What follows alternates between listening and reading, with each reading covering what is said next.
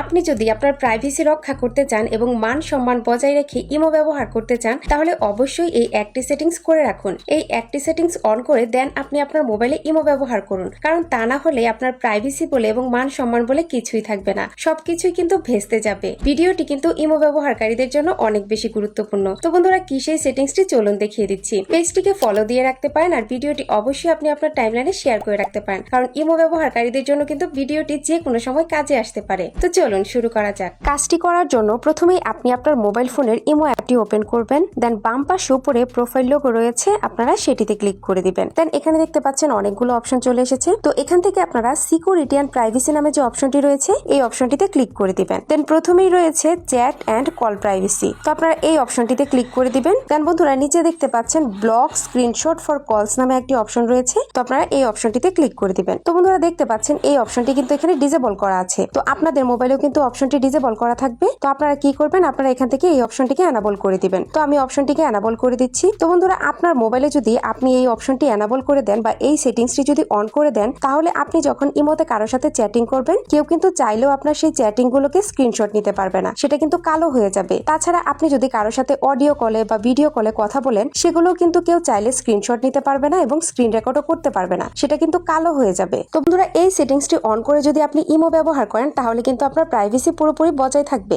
That's it.